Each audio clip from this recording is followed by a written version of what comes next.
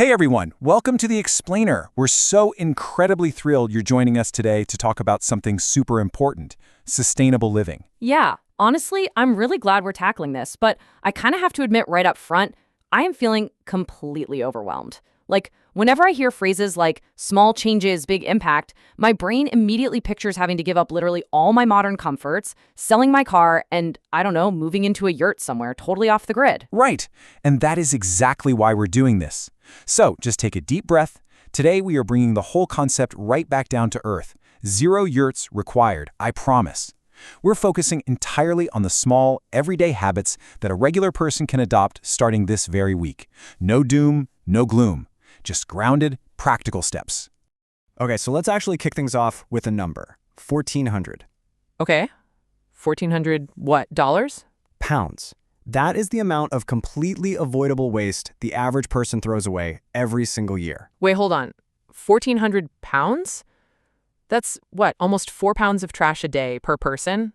That is actually kind of shocking. It really is. And, it's so easy to just feel this immediate sense of guilt or defeat when you hear a stat like that. But we're going to reframe it today. Because the vast majority of that waste, it's completely avoidable through some really simple choices. So it's not a failure, right? It's just a massive opportunity for us.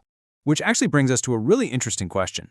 What if sustainable living didn't cost you anything at all? See, okay, that's exactly where I get skeptical. Because my immediate assumption is always that going green means having to buy all those super expensive, specialized eco products, or shopping exclusively organic, or like dropping 10 grand to install solar panels on day one. And that right there is the biggest roadblock people face. But what if the most sustainable habits are actually the absolute simplest and often the absolute cheapest? I really want to challenge this idea that sustainability has to be a sacrifice, because when it's done right, it actually keeps cash right there in your wallet. So before we get to the how, let's take a second for busting the eco-myths, because starting this journey is honestly a whole lot easier than you think. Okay, let's start with the big one I just mentioned. I constantly hear that sustainable living is incredibly expensive. Yeah, it's such a common myth, but the reality is that sustainability heavily overlaps with frugality.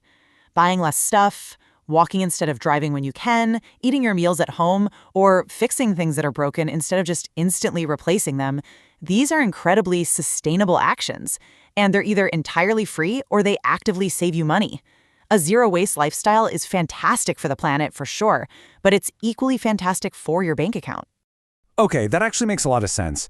Another thing that stops me, though, is feeling like I have to be so extreme. Like I have to go totally off-grid or become perfectly vegan overnight for any of it to actually count. That all-or-nothing fear. It sneaks up on so many of us. But the reality is that sustainable living exists on a really vast spectrum. You do not have to be extreme to make a real measurable impact. Every single small step you take adds up. Every time you actually remember your reusable grocery bag, or every fast fashion purchase you skip, or every banana peel you toss in a compost bin, it literally all matters. Millions of people making small tweaks is what actually shifts the whole system. All right, let's look at the 5 pillars of sustainable living. These are everyday habits for a lighter footprint. None of these require a degree in environmental science. So here's our roadmap for today. 1. Waste reduction. 2. Conscious consumption. 3. Energy and home. 4. Food and water. And 5. Mindset and community. Honestly, breaking it down into just these 5 specific areas makes the whole thing feel so much more manageable. Let's dive in! Let's start with waste reduction. Get this. An astonishing 30% of what the average household throws away is literally just food scraps. Wait, 30%? Just from food? Exactly. And when that food goes into a landfill, it doesn't just safely break down like you'd think. It gets trapped and releases methane, which is a seriously potent greenhouse gas. But if you compost those scraps instead, you keep them out of the landfill entirely and turn them into nutrient-rich soil. It is just a massive, incredibly simple win. And composting is just one tool. There are so many easy wins here. Swapping single-use plastics for reusables, like water bottles or coffee cups. Buying in bulk, which means way less packaging waste and usually a lower cost per unit. And my absolute personal favorite, the one-in, one-out rule. Basically, for every new item you bring into your home, you donate or recycle something you just don't need anymore. I really like how accessible these are. Like, you don't have to achieve absolute zero-waste perfection. Just doing a few of these things, like remembering to use a travel mug, feels totally doable right now. So what about the second pillar, conscious consumption? Where does a person even start with that? Well, it really starts with taking a hard look at the things we buy, especially our clothing. Fast fashion alone generates 10% of global carbon emissions. Plus, it's one of the absolute largest polluters of clean water worldwide. Wow! 10% just from cheap clothes? That environmental cost is way, way higher than I ever realized. It really is. What we buy leaves a massive footprint. Conscious consumption is basically recognizing that our dollars are essentially votes for the kind of world we want to live in. So to combat that fast fashion cycle, we buy less, we buy better, and we buy secondhand. There's this absolutely brilliant guideline for this called the 30-wear rule. Before buying any new piece of clothing, stop and ask yourself, will I genuinely wear this at least 30 times? If the honest answer is no, you put it back. Oh, I love that. It really forces you to think about longevity, doesn't it? Thrifting on apps like ThredUp or Depop, or just, building a solid capsule wardrobe out of pieces I actually love. That sounds way better than constantly buying things I end up wearing twice.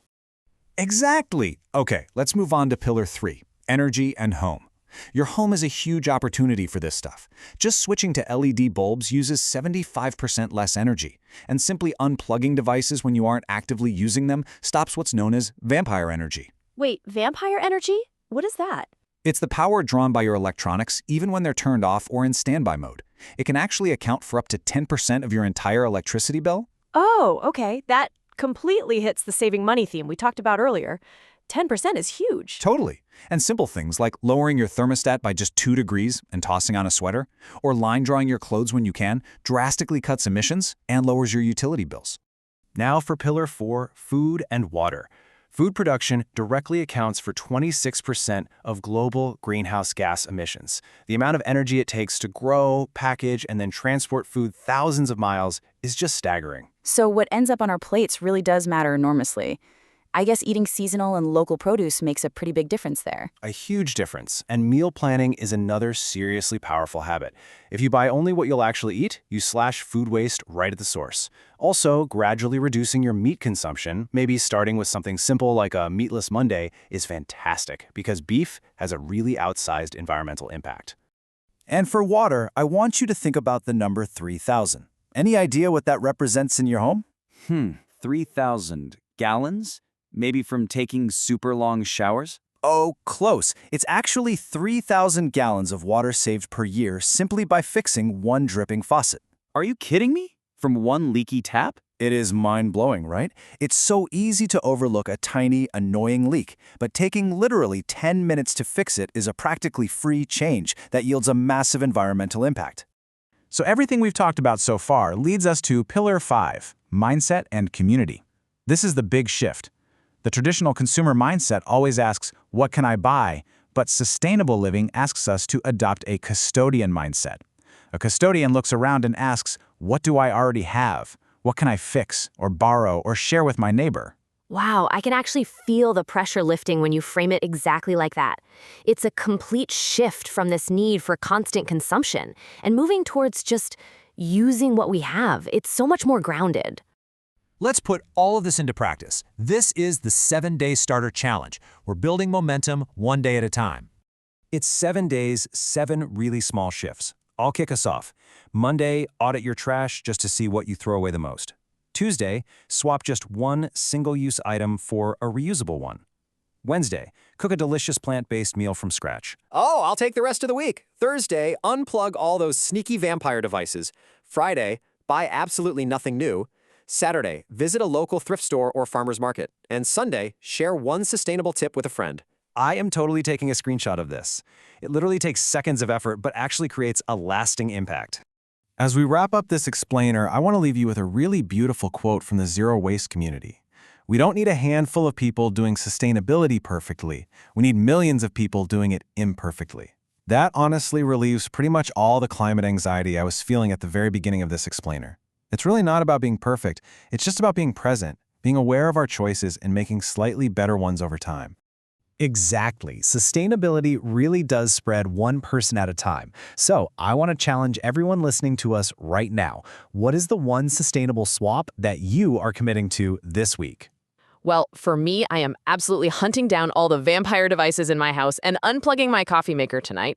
I love it. Whatever your swap is, own it, try it out, and start a conversation with someone you know. Thank you so much for joining us on this journey. See you next time.